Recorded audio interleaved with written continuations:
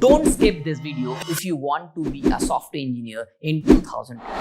Hi, I am Amit Kumar Ghosh, and if you are a fresh graduate and a seasoned developer or someone considering a career switch, this video is for you. The tech landscape is constantly evolving, and this isn't 2015 anymore. So, how much DSA front-end and back-end knowledge do you really need to survive and thrive in this field?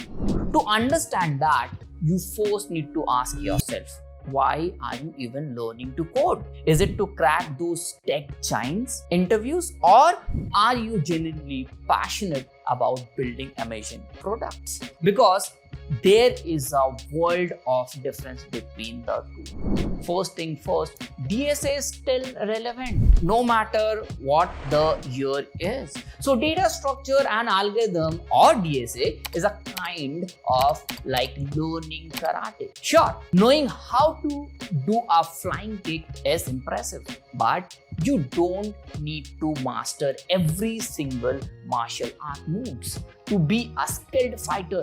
Understanding the basics, punches, blocks, and kicks is essential.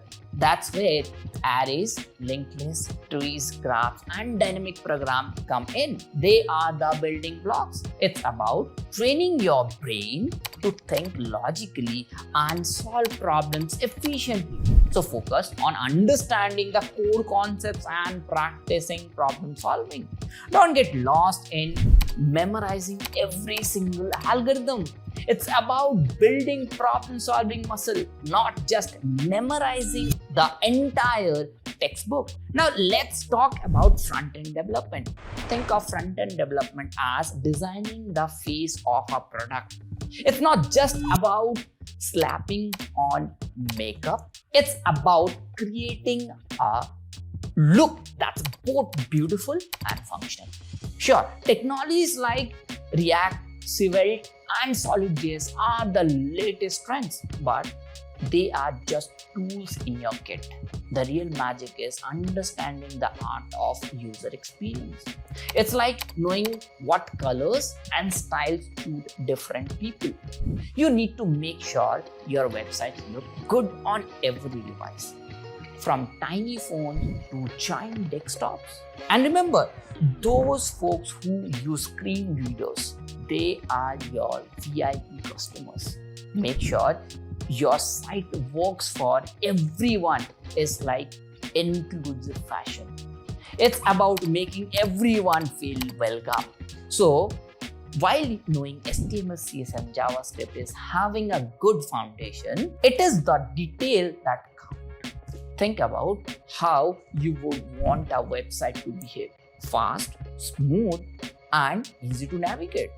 That's the goal. Let's talk about the backbone of every application: backend. Imagine building a house. The front end is fancy exterior, the part everyone sees. But what about the foundation, the plumbing, and the electrical wiring? That's the back end. It's the unseen workforce that keeps everything running smoothly, while the front end gets all the visual glory. Back end is where the magic happens: databases, APIs, security, scalability, you name it. You might be thinking, I just want to design pretty websites. But trust me, understanding how the back end works can make you a better front end developer as well. Understanding server-side logic, databases, that is SQL, and NoSQL and API design is crucial. And with the rise of microservices, serviceless architecture, and cloud computing, the backend landscape is more dynamic than ever. As a developer, you should focus on learning the fundamentals of performance optimization, security best practices, and DevOps. Whether you are using Node.js, Python, Go, .NET, or Java, your goal should be to build systems that are secure, efficient, and scalable. So, how much back end is enough?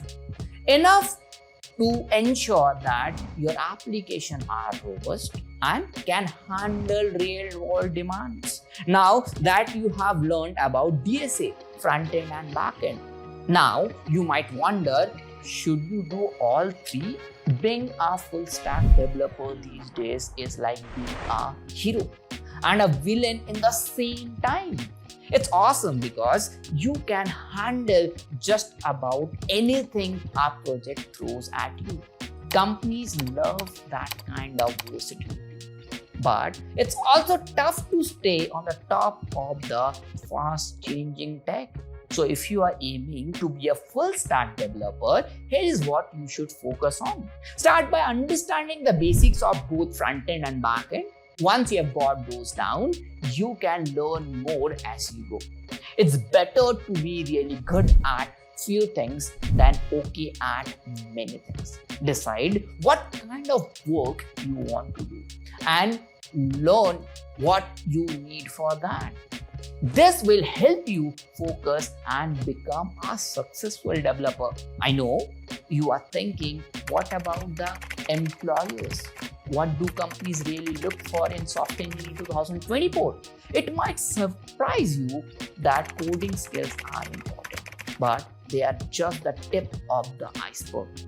Employers are hungry for developers who can think on their feet, solve problems in creative ways, and roll with the punches. So while your tech skills are your bread and butter, it's your ability to learn, collaborate, and build real world projects that will set you apart.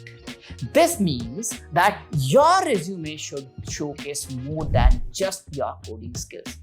Highlight your ability to learn quickly, work in a team, and contribute to the projects that matters. And here's a little secret that I'll give. Having a portfolio of real-world projects can often speak louder than a laundry list of technical skills. And remember, the best developers are often lifelong learners. Don't stress about knowing everything upfront. One of the biggest myths is that you need to know everything before you can apply for a job. But the reality is, on the job, learning is a huge part of being a developer. So set realistic goals, focus on continuous learning, and don't be afraid to apply for a position even if you don't meet 100% of the requirement. So how much DSA front-end and back-end is enough in 2024? The honest answer is it depends. The perfect mix depends on your goals and the kind of developer you want to be. The key is to find your balance, focus on the basics, stay curious, and keep learning. Remember, tech is always evolving, so you need to evolve with it. It's about more than just coding, it's about solving problems and make a real impact.